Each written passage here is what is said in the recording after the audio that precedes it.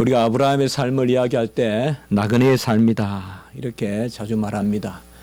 아브라함은 본토 지척 아비 집을 떠나서 가나안, 지시한 가나안 땅으로 갔지만은 즉시 가나안에 흉년이 들어서 또 애굽으로 내려가고 계속 이렇게 방황하고 막벨라 굴을 돈 주고 사지만은 거의 또 자기 땅이 없고 그런 모습을 볼 수가 있습니다.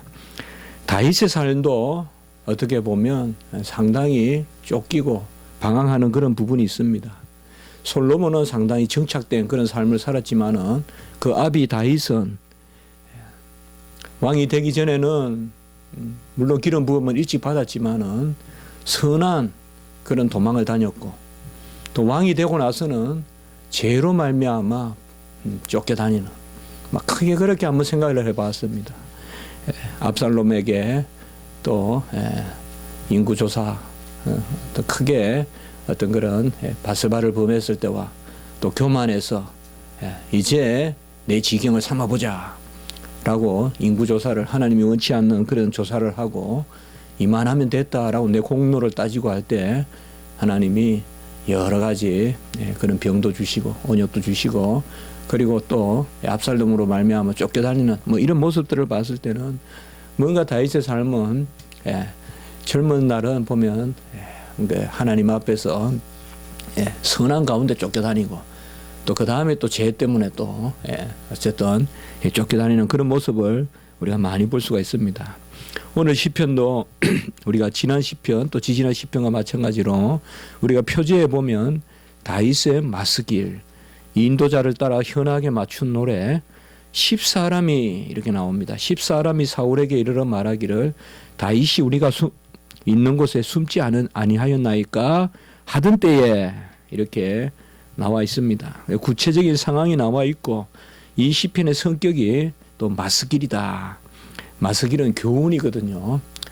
우리가 지난주와 또 지지난주 계속 나누었죠. 이 교훈, 쫓기면서 얻는 교훈, 할랄날에 얻는 교훈.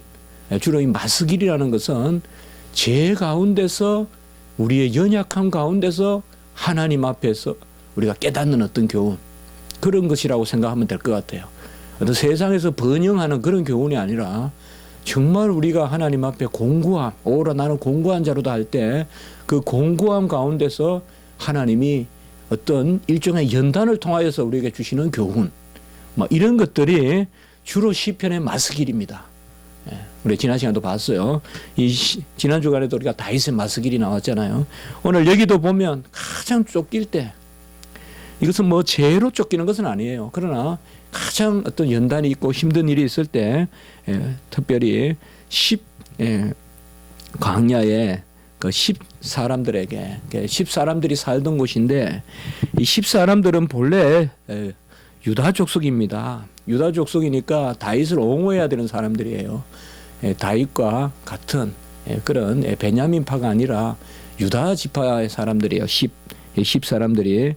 그런데 이 10사람들이 두 분이나 우리가 사무엘상에 보면 23장, 26장에 보면 두 분이나 이 다윗을 배반해요. 그래서 아마 같은 지파고 하니까 다윗은 믿고 이 10사람들이 있는 곳에 숨어 들어가요. 여기 이제 광야예요. 그 10광야라고도 하는데, 근데 이제 이 10사람들이 살고 있던 지역이 10광야인데, 그 10광야에서 이제 숨어 있었는데, 그때 두 번이나 이 사람들이 밀고를 해요.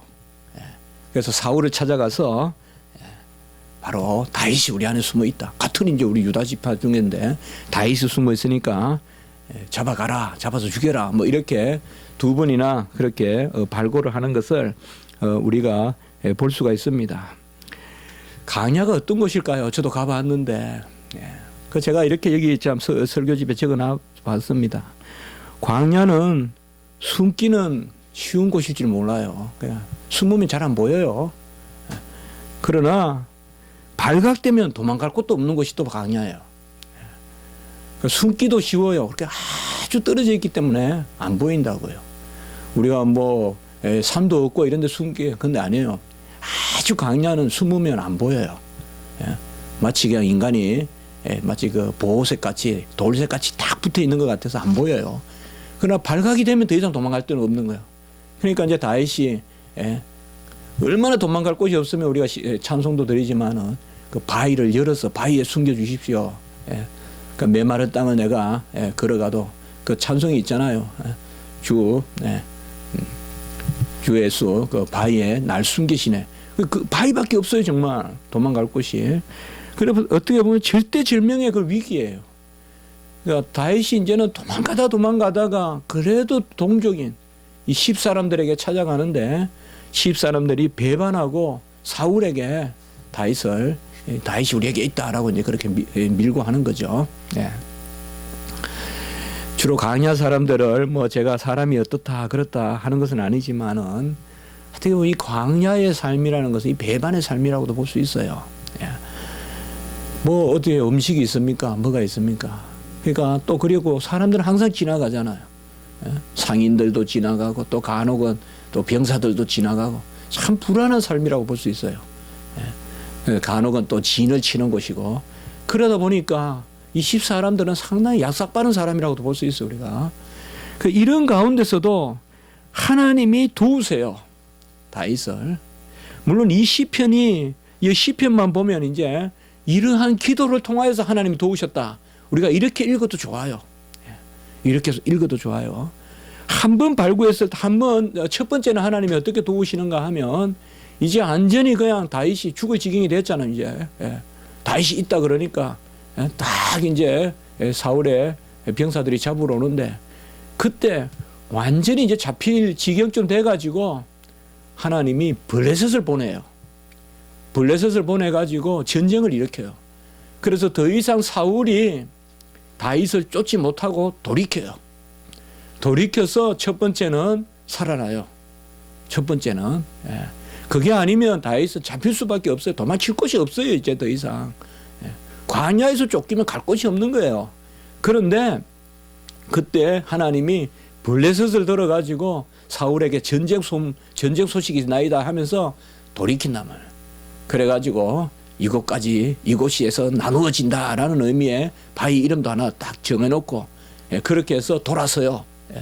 돌아섭니다. 첫 번째는 그렇게 하나님이 보호해 주시고 두 번째 또 10광야에 또 숨어들었는데 우리가 살다 보면 뭐 얼마나 어리석으면 두 분이나 속냐 하지만은 인생을 살다 보면 두 분만 속습니까? 사람에게 10번도 속고 100번도 속죠. 같은 사람에게도. 다윗은 또 쏘가요. 10사람들한테. 그때 또 이제 다윗이 있다라고 이야기하는데 이번에는 이제 하나님이 어떻게 도우시느냐. 이들에게 잠을 주세요. 잠을. 그들을 깊이 잠들게 하셨다. 그러니까 왠지 그냥 모르게 잠을 들게 만들어가지고 전부 사울의 3,000병사가 이제 잡으려고 모여들었다가 다 이제 잠이 드는 거예요. 그래서 이제 그때 다윗이 이제 수하의 병사들 요압이나 이런 사람들 이제 풀어가지고 이제 가는 거잖아요. 그때 이제 다윗이 죽일 수 있었단 말이죠. 사울을. 죽일 수 있었는데 바로 여호와의 기름 부음 받은 자를 치는 것을 여호와께서 금하시니. 아주 유명한 그런 우리가 기억하는 말씀이잖아요. 여호와께서 기름 부음 받은 그 사울을 하나님이 관리하시지 우리 인간이 칠 수 없다 이거죠. 아무리 악행을 한다고 해도. 그리고는 창과 물병만 가지고 오는 뭐 이런 기사를 우리가 사무엘상 23장과 26장에서 볼 수가 있습니다. 바로 본 시편은 이런 은혜 가운데 기록되었다고 볼 수도 있고 아니면 오늘 시편 그대로 말씀하시듯이 표제에서 말하듯이 이런 은혜의 절박한 가운데서 이런 은혜가 필요한 가운데서 이 시편을 적었다라고 해도 우리가 크게 무리가 없을 것입니다. 어쨌든 오늘 시편은 절대절명의 위기다. 더 이상 도망갈 데 없고요. 정말 이스라엘 백성들이 홍해까지 몰렸을 때의 상황. 뒤에는 그냥 기병이 쫓아오고 당대 세계 최고의 기병 바로 그 바로의 병사들이 쫓아오고 있고 앞에는 홍해가 놓여 있는 어떤 그런 지경이 바로 오늘 지경이. 그런데 절대절명의 위기에서 하나님께 구하는데요. 오늘 시편은 세 부분으로 짧은 시편이지만은 세 부분으로 우리가 대체로 생각해 볼 수 있을 것 같아요. 1절에서 3절은 위급한 때 도우시는 하나님. 그래서 여호와 하나님께 부르짖는 그런 기도의 부분이 바로 1절에서 3절. 그래서 3절 셀라 이거는 이제 마음을 들어 올리는 그런 그거거든요. 그래서 1절에서 3절 그렇게 하고 그 다음에 4절에서 5절에 보면 여호와의 어떠하심을 이야기하고 있습니다. 그러니까 우리가 항상 주목해야 되는 것은 기도 가운데는 여호와의 어떠하심에 대한 그런 고백이 있다는 거죠. 그러니까 여호와는 어떠하시니 나를 도우소서. 우리가 기도할 때 가장 사실 절박하게 붙드는 게 뭐예요? 여호와의 어떠하심이잖아요. 선하심, 인자하심, 용서하심, 참으심, 그리고 보호하심, 이런 것들을 우리가 어떠하심에 간구하잖아요. 정말 우리가 뭘 붙들어요? 밧줄을 붙들어요? 손을 붙들어요? 여호와는 손이 없으신데 여호와의 어떠하심을 붙들잖아요. 여호와의 어떠하심에 의지하잖아요. 그래서 1절에서 3절까지는 기도를 담고 있고 4절, 5절에서는 여호와는 어떠하신 분이다. 지극히 기도 가운데서 우리가 합당한 그런 모습이죠. 여호와는 어떠하신 분이다. 성실하신 분이다. 돕는 분이다. 생명을 붙들어 주시는 분이다. 이렇게 크게 세 가지로 또 말하고 있어요. 그리고 6절, 7절 여기가 아주 시편의 아주 백미라고 할 수 있는데요. 이 부분이 바로 하나님께 감사 제물을 드리는데 낙큰 죄로 6절에 내가 주께 제사 드린다. 그렇게 말씀하고 7절에 보면 내 눈이 똑똑히 보게 하셨나이다. 이게 지금 과거형으로 되어 있거든요. 근데 이것을 우리가 이제 어떻게 읽어야 되느냐. 미래형인데 당겨서 본듯이 말한다고 볼 수가 있어요. 이 7절은. 그래서 우리가 이 7절은 시편에서 간혹은 과거형이요. 미래에 대한 확신을 뜻할 때가 있어요. 내가 여호와의 어떠하심을 목도하였나이다 이러면 과거의 여호와의 어떠하심을 목도하였다는 그런 고백일 수도 있고 이미 미래에 될 일을 내가 미리 바라보았다는 어떤 그런 서원에 대한 그런 고백이라고도 볼 수가 있어요. 그래서 6절, 7절에서 특별히 우리가 그런 것을 보면 됩니다. 그래서 본 시편의 구조는 상당히 아주 절묘한 구조를 갖고 있는데 1절에서 3절은 여호와께 간구하고 또 4절에서 5절은 여호와의 어떤 분이다. 정말 우리가 부모님에게도 우리 자녀들이 이제 전부 부모님 안 계시지만은 가장 큰 무기가 뭐예요? 아버지는 평소에 우리한테 잘해 주시잖아요. 그러니 뭐 이렇게 이제 부모를 인정해 주면 부모가 꼼짝 못 하거든요. 그렇잖아요. 아빠는 평소에 그렇게 부드럽다가 요새 왜 이렇게 막 딱딱해? 뭐 이런 식으로 이야기하면 우리가 어떻게 할 수가 없잖아요. 이것도 마찬가지예요. 4절, 5절에서는 정말 절박할 때 여호와의 어떠하심을 붙든단 말이죠. 여호와는 어떠하시다. 생명해 주시고 나를 돕는 이시고 성실하신 분이고 뭐 이렇게 여호와를 또 인정하고 그 다음에 이제 6절, 7절에서는 미리 네 간구에 대하여 이 간구에 대하여 여호와의 어떠하심을 내가 바라보니 이것은 이미 된 것과 마찬가지다. 감사 노래 부르자. 지금 사방에서 그냥 쎄구로 해가지고 막 완전 나를 포위해가 잡으러 드는데 포위망이 좁아지는데 다윗은 사실 감사의 노래를 부르고 있다 이거죠. 이런 마음으로 오늘 시편이 우리에게 주어져 있는 것입니다. 조금 우리가 상론해 보면 1절에서 3절까지 보면 특별히 하나님이여 주의 이름으로 구원하시고 주의 힘으로 나를 변호하셔서라고 이렇게 말하고 있습니다. 주의 이름이라는 것은 이스라엘 백성에게 이 이름이란 셈이라는 단어는 존재를 뜻합니다. 그러니까 주님 자신을 뜻합니다. 그러니까 주님 자신에 대하여 사실상 여호와는 이름으로만 존재해요. 여호와는. 이 말은 뭐냐면 여호와는 그냥 허명이란 뜻이 아니에요. 여호와는 붙잡을 수도 없고 가까이 할 수도 없고 이스라엘 백성들에게는 이름으로만 존재하기 때문에 이름을 부를 수 없는 거예요. 무슨 말인가 하면 여호와는 여호와라는 하나님이라는 그 이름으로만 존재하는 거예요. 이것은 죽었다는 말이 아니라 그저 이름만 있다 허명이란 말이 아니라 정말 여호와 하나님은 완전하시고 여호와 하나님은 바로 이름 그 자체가 담고 있는 모든 것이라는 거죠. 그래서 여호와의 주의 이름으로 나를 구원하소서라고 이렇게 말씀할 때, 이 이름은 결국은 여호와의 존재, 인격, 그리고 여호와의 어떠하심을 다 포함한다고 할 수 있어요.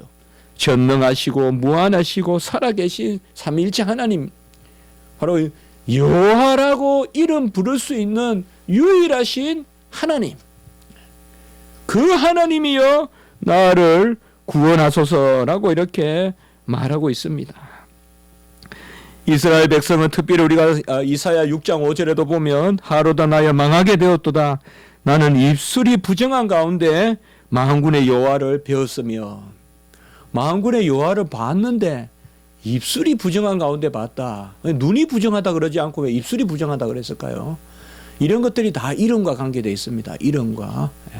그래서 나는 부정하고 내 입에 여호와의 이름을 올릴 수 없는, 그게 이스라엘 백성의 의식이에요. 그래서 야훼라는 말을 부를 수 없으니까 여호와라는 이름이 나온 거예요. 야훼라고 부를 수 없으니까 여호와라는 이름으로 아도나이라는 말을 자음 모음을 모아가지고 부르는 거예요. 그래서 저는 여호와라 부르는 게 좋다고 생각해요. 야훼는 우리 주시다, 이게 여호와라는 뜻이에요. 야훼는 스스로 계신 하나님이잖아요. 스스로 계신 하나님은 내 주인이시다, 이것을 한 단어로 말하면 여호와예요. 우리 여호와라 부르는 거 좋아요. 여호와라 부르는 거죠. 그러니까 항상 구약 백성들은 나는 입술이 부정하고 나를 떠나소서, 그리고 내 입에 담을 수 없고 그런 것들인데, 오늘 다윗은 주의 이름으로 나를 구원하소서. 이 하나님이 우리에게 이제 자신의 이름을 드러내시고 마음껏 부르게 하시고 그 이름 가운데 우리에게 권능을 행하시는데, 이사야 9장 6절에 보면 이 주님이 기묘하고 모사고 전능하신 하나님이고 영존하신 아버지, 바로 예수 그리스도로 오신 것입니다. 어떻게 보면 예수 그리스도가 이 땅에 오신 것은 우리가 마음껏 믿게 하시려고, 마음껏 이름 부르게 하시려고, 여호와를 마음껏 부르게 하시려고 이 땅에 오신 거예요. 우리가 누구를 믿어야 될지 바라보게 하시려고요. 믿음의 대상으로 오신 거예요. 예수님은 하나님이 믿음의 대상을 보여주신 거예요. 보내주신 거예요. 우리가 부를 이름을 던져주신 거예요. 그게 바로 예수 그리스도세요. 그래서 천하에 구원받을 다른 이름이 없고, 예수 그리스도의 이름 외에는, 사도행전 4장 12절, 이건 지난 주간에 우리가 주일 설교도 봤잖아요. 예수님의 이름 외에는 은가금은 내게 없거니와 나사렛 예수 그리스도의 이름으로 일어나 걸어라 라고 말하는 이 이름, 이것이 바로 하나님께서 우리에게 자기 자신을 주시는, 이름을 주셨다는 것은 자기 자신을 주시는, 그래서 아들을 통하여 마음껏 이름을 부르게 하는, 우리 예수님의 이름을 많이 불러야 되겠어요. 이 이름을 못 불러서 얼마나 속이 타는 사람이 많겠냐 말이죠. 초대교회 핍박받을 때 어느 지하교회, 북한교회 이 예수 그리스도라는 이름을 얼마나 부르고 싶겠냐 말이죠. 그 여호와의 이름으로 나를 구원하소서, 이렇게 말씀하고 있죠.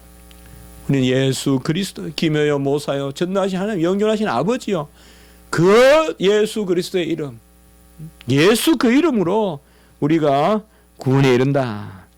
그리고 주의 힘으로 나를 변호하소서. 1절 후반부에 보면 주의 힘이다. 이것은 이 이름이 가지고 있는 권능입니다. 우리가 어떻게 우리 자신을 드러내겠습니까? 나의 선함을 어떻게 드러내겠습니까? 바로 여호와의 능력 외에는 우리 자신을 드러낼 수가 없습니다. 아무도 세상의 권능으로는 선과 악을 드러낼 수가 없고 우리 자신을 옳다고 드러낼 수가 없습니다. 450명의 그 바알의 거짓 이방의 그런 선지자들과 엘리야가 갈멜산에서 그런 결투를 벌이는 거잖아요. 일종의 영적 결투를 벌이는 건데, 갈멜산에서 그때 결국 엘리야를 변호하는 게 뭐예요? 엘리야가 옳다는 걸 누가 변호하겠어요? 사람이 변호하겠어요? 사람은 바알 때 450 그 선지자가 옳은 것 같겠죠. 숫자도 많고. 하늘에서 불이 떨어지니까, 권능이 떨어지니까 엘리야가 옳다 이거죠. 우리도 주의 힘이 나를 변호하는 것입니다. 아멘. 주의 힘이 나를 변호하는 것이에요. 어떤 현자가, 어떤 선생이 나를 변호하지 못합니다. 여호와의 권능이 나타납니다. 엘리야를 들어주셨듯이 일거에 그들을 다 시내가에 데려가서 죽여버리잖아요. 이건 뭐예요? 여호와의 권능이 나타나기 때문에 변호해 주는 거예요. 엘리야가 옳다는 거죠. 우리가 세상을 살아갈 때 보면 항상 우리가 옳게 살아갈 때 이 나의 옳음을 어떻게 드러낼고, 어떤 사람이, 어떤 학자가, 어떤 권세자가 그 사람이 옳다, 문병호 목사는 옳다, 그래 말해준다고 제가 옳아질까요? 어떤 많은 사람들이 저에게 옳다고 해준다고? 아닙니다. 여호와의 권능이, 여호와의 힘이 나를 변호하소서. 이 다윗은 지금 자기가 옳다.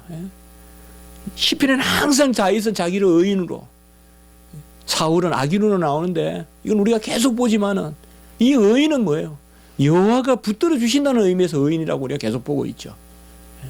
그래서 나는 여호와의 편이고 여호와가 나를 붙들어 주신다는 것을 여호와의 힘으로 변호해 주시옵소서. 주여 주의 권능으로 변호해 주시옵소서. 그것을 지금 이야기하고 있습니다. 주의 이름으로 나를 구원하시고 주의 힘으로 나를 변호하소서. 하만이 장대를 마련하고 이제 모르드게를 죽이려고 할 때 누가 모르드게가 옳다는 것을 변호하겠죠? 하만은 얼마나 강교한 사람입니까? 이 세상에는 강교함이 얼마나 많습니까, 여러분들? 얼마나 인간적인 깨를 써서 뻔히 보는데 백주에 눈을 속이는 일들을 얼마나 많이 자행하고 있습니까? 그러나 여호와의 권능이 일어나면 하만이 그 장대에 자기 장대에 자기가 걸리고 모르드게를 하나님이 오히려 권능의 옷을 입혀주는 그것을 우리가 볼 수가 있는 것입니다. 그리고 2절에 보면 하나님이여 내 기도를 들으시고 내 입의 말에 귀를 기울이소서라고 이렇게 말씀하고 있습니다. 기쁠 때 찬송하고 한날날에 기도하라고 우리가 말씀을 듣습니다. 이 말은 기쁠 때만 찬송하고 어려울 때만 기도하라 그 말이 아니라 기쁘나 슬프나 환난이 있거나 찬송하고 기도하라는 것입니다. 기도라는 것은 내가 살아있다는 그런 표입니다. 영적으로 우리는 살아야 되고 영적으로 살아있어야 성도인데 기도하지 않으면 이 살아있음이 나타나지 않습니다. 물은 길어야 물이 흐릅니다. 지하의 샘물은 자꾸 퍼내야 물이 모입니다. 지하에 물이 모여서 깊은 강천수가 나옵니다. 물은 자꾸 길을 내야 돼요. 그 기도는 그런 것이라고 생각합니다. 눈이 있다면 기도는 눈의 시력을 제공하는, 입이 있다면 기도는 그 입의 음성이고, 귀가 있다면 기도는 그 귀의 청력입니다. 기도가 없으면 눈뜬 봉사예요. 단달 봉사예요. 눈뜬 봉사예요. 눈은 떠 있지만 안 보이는 거예요. 기도하지 않으면 귀는 가지고 있을지 몰라도 청력은 없어요. 기도하지 않으면 시력도 청력도 다 없습니다. 기도해야 우리는 비로소 영적인 청력을 가지게 되고 영적인 시력을 가지게 되고 영적인 입술이 열립니다. 기도 없으면 다 벙어리요. 기도 없으면 다 그겁니다. 그래서 언제든 생명의 강구는 기도로, 기도는 길을 발견할 뿐만 아니라 만들어냅니다. 광야에 무슨 길이 있겠어요, 여러분들? 저는 항상 그런 생각을 해봅니다. 어려울수록 우리가 기도하기 어려워요. 저는 그런 생각해요. 인간이 어려우면 기도해요. 인간이 어려우면. 길이 3가지, 4가지 있으면 하나 정해달라고 기도해요. 그러나 아예 길이 안 보이면 우린 기도 안 해요. 인간이 기도할 만해야 하지. 아예 절망 상태에 들어가면 기도 안 하거든요. 그러나 사실 하나님은 길을 발견하게 하시는 것이 아니라 만들어내는 거예요. 광야의 길은 발견하는 게 아니라 만들어내는 거예요. 지금 다윗은 길을 만들어 주셔야 돼요, 하나님이. 길을 내 주셔야 돼요. 40년간 길을 내 주셨던 구름기둥 불기둥에 그것이 바로 기도입니다. 기도는 우리의 길을 찾는 것이 아닙니다. 하나님의 길을 찾는 것입니다. 하나님 편에서의 길이 있는 것입니다. 나는 이것을 못해서 저것을 한다고 생각하지만은 사실 하나님은 저 길을 미리 예비하고 계셨던 것입니다. 그래서 바로 다윗은 그 가운데서 이렇게 기도하고 있는 것입니다. 특별히 3절에 보면 낯선 자들이 일어나 나를 치고 포악한 자들이 나의 생명을 수색한다라고 했는데, 여기 낯선 사람들은 십사람이라고도 할 수 있고 아니면 영적으로 외인들이라고도 할 수 있겠습니다. 이렇게 1절에서 3절까지는 주의 이름으로 구원하시고 주의 힘으로 변호하시고, 특별히 우리 이 구절을 좀 잘 기억하면 좋겠습니다. 주의 이름으로 구원하시고, 주님은 존재적으로 구원하신다 이 말이에요. 자기 자신이 우리를 구원해 주신다 이 말이에요. 아들을 보내주셔서 예수의 이름을 부르게 하시고 그 이름의 권능을 주셨단 말이죠. 그리고 주의 힘으로 나를 변호하소서. 아무도 나를 변호 안 해줍니다. 주님의 권능이 나를 변호해 줍니다. 아무도 나를 변호해 안 해요. 우리는 아예 끊고 살아야 돼요, 여러분. 누가 손양은 목사님을 변호하겠어요? 하나님만이 변호하시지. 아무도 변호 안 해요, 여러분들. 사람은. 스승도 제자를 변호 못 해요. 하나님만이 변호할 수 있어요. 하나님의 권능이 임해야 내가 옳다라고 변호해 주시지. 어렵고 힘들더라도 주의 힘으로 나를 변호하소서. 주의 권능으로 나를 변호하소서. 하늘에 불이 내려서 다른 것들은 걷어주고 내는 물통 12통을 싹 핥아주셔서 그 불의 권능으로 하나님께서 내가 옳다는 것을 드러내십시오. 엘리야의 그 갈멜산 같이. 그것 기도를 지금 드리고 있는 것입니다.